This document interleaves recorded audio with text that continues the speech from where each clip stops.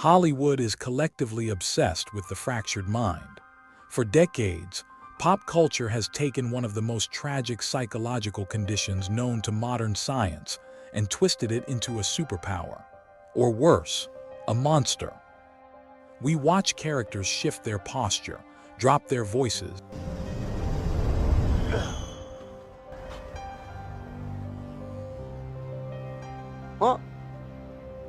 and suddenly become unstoppable villains, anti-heroes, or untethered forces of chaos. We call it a plot twist, the grand reveal. The cinematic climax relies on the sudden emergence of an identity that operates without the moral constraints of the protagonist. But the clinical reality of dissociative identity disorder, what we once called multiple personality disorder, is far darker, infinitely more complex, and significantly more tragic than any cinematic trope.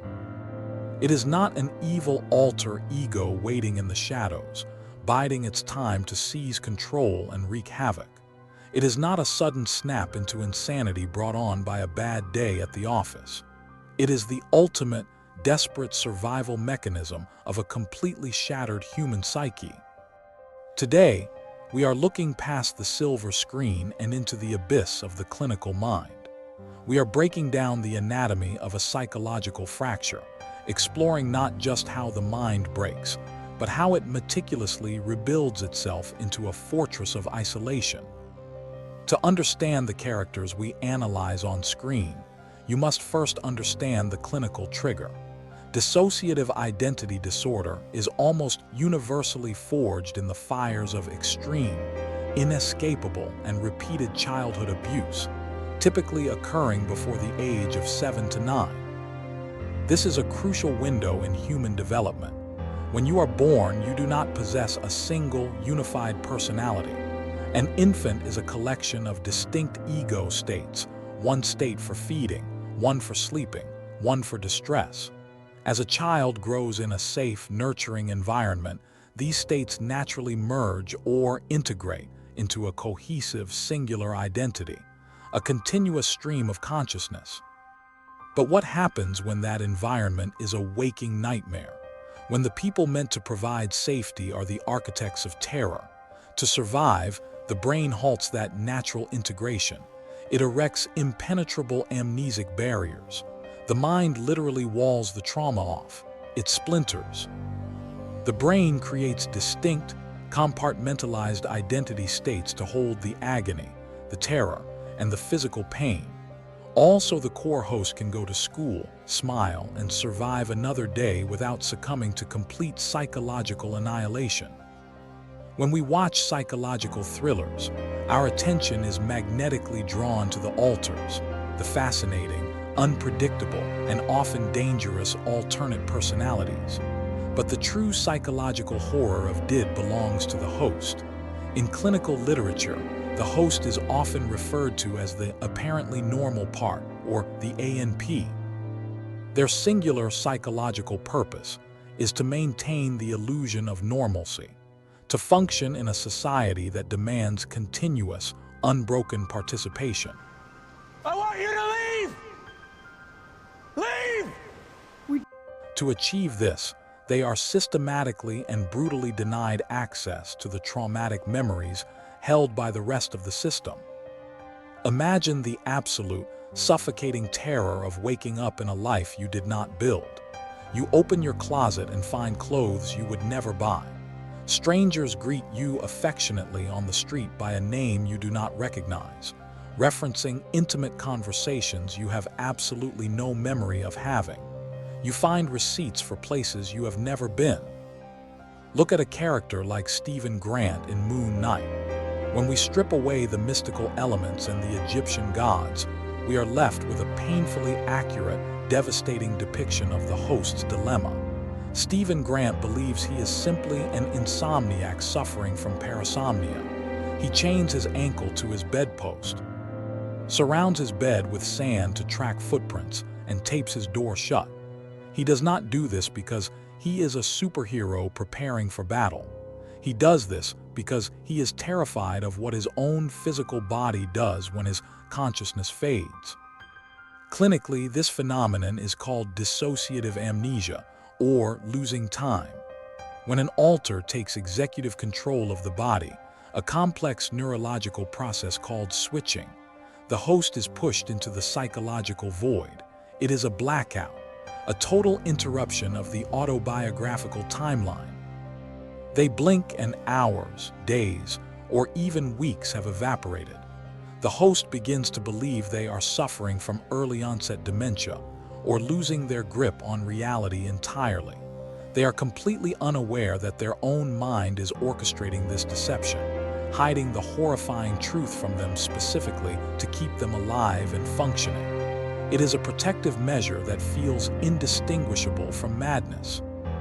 If the host's job is to appear normal and handle the mundane tasks of daily life, the alters, clinically known as emotional parts or EPs, exist to manage the unbearable. Media loves the concept of the evil alter, the dark mirror image of the hero. But clinically, alters are not born evil. They are highly specialized defense protocols.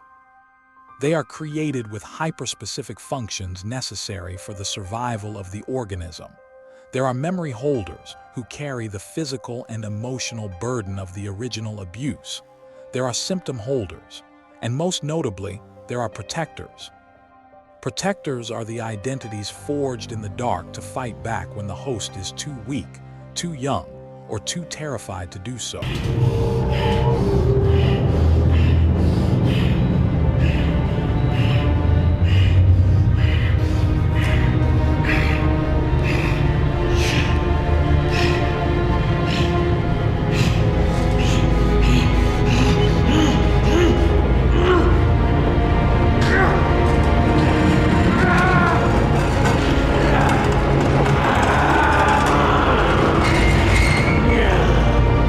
This brings us to Kevin Wendell Crumb in the film Split. The narrative pushes a real clinical concept into the realm of the superhuman.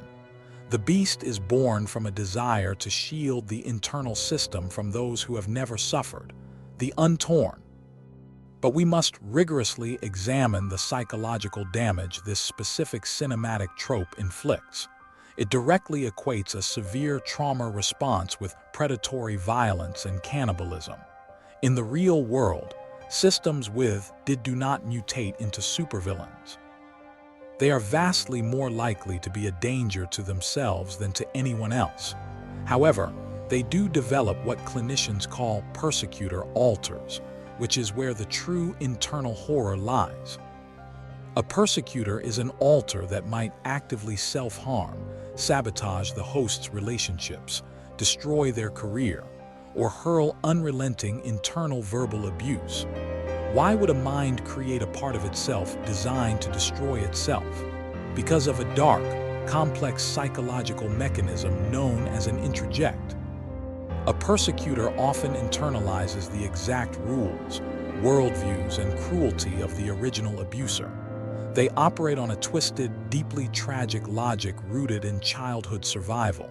If I punish the host internally, if I keep them isolated and in pain, I can prevent the outside world from noticing us and punishing us worse. The persecutor believes they are protecting the system by acting as an internal warden. It is a miscalibrated defense protocol running indefinitely on the twisted logic of a traumatized child, echoing the voice of the monster who broke them. You are left with individuals who have experienced the absolute worst of what humanity has to offer at an age where they were entirely defenseless, voiceless, and small.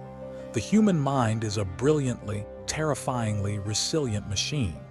When faced with complete physical and emotional annihilation, it refuses to die. It chooses to shatter. It chooses to bear the unbearable by dividing the pain into 1,000 different pieces, hiding them in the darkest corners of the brain, and forcing the body to continue walking forward into the light.